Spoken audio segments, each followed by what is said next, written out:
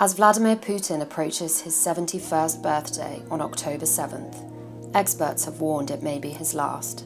As his brutal war in Ukraine continues to fail, the tyrant could be taken down in a coup from his own inner circle.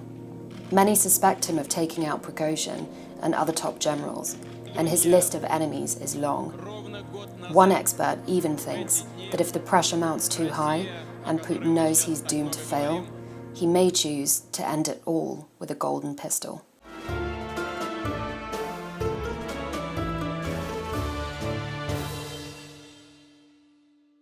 The only way that the scourge of Putinism and Putin will be taken from us, and in particular from the awful suffering of the people of Ukraine, is if he is killed.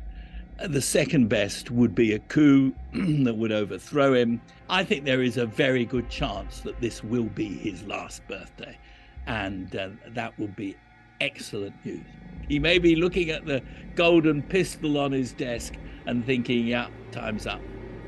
We see the way that he takes out other leaders. I'm talking to you today from Salisbury, where, of course, Putin ordered the murder of the Russian double agent Sergei Skripal. So, poison, falling off balconies is what seems to happen to people in Russia. And something perhaps similar might happen. What he cares about is people like Prigozhin, who would like his crown. And he's absolutely ruthless about getting rid of them. But as his hold on power becomes more tenuous, no doubt the other Prigozhins around the place will get bolder. And one anticipates that at some stage, somebody's going to be successful and remove him.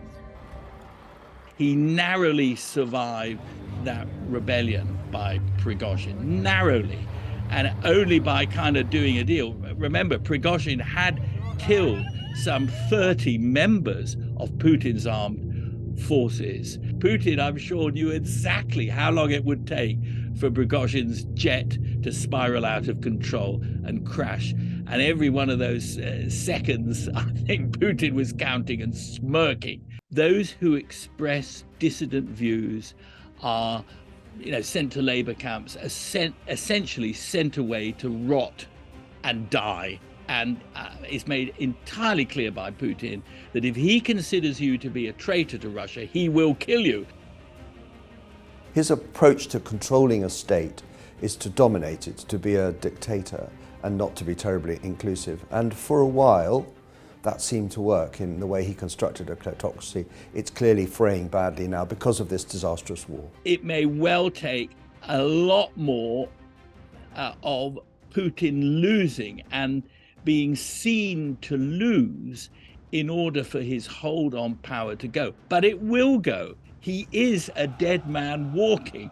It could be the dissident generals. It could be members of the Wagner group having another go. He saw himself as the Peter of the Great of the 21st century. He wanted to rebuild a greater Russia, which meant taking back all those Soviet countries, which became part of the West. And he really didn't think the West would do anything. And he could go into Ukraine and take Ukraine and start building the greater Russia.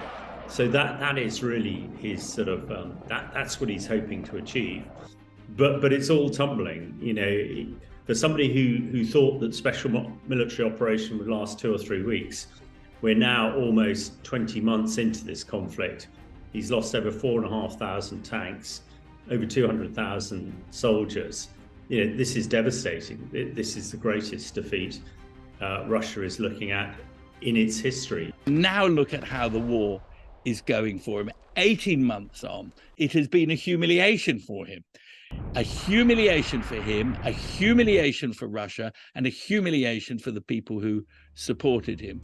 If they could take Crimea, I think that would be the end for Putin. This is a very serious position he's in. So I think because the war has not been successful, that Putin has tried to find more successful commanders, and he's used the removal of some as a way of depositing blame on the military. But they're going to keep looking for battlefield commanders who can win, and some of that means just being really ruthless with their own people.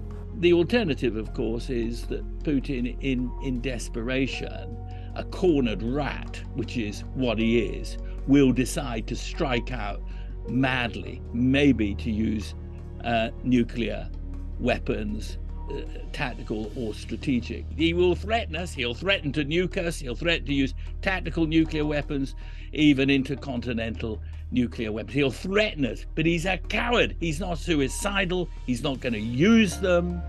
And I think in that way, we can see why he has become such a menace to freedom-loving peoples everywhere. Without that victory, his days are numbered. If he is sufficiently terrified, yes, he could reach for that golden gun. And that would be the answer, and the new dawn would come up upon us. I mean, Putin is a modern-day Hitler.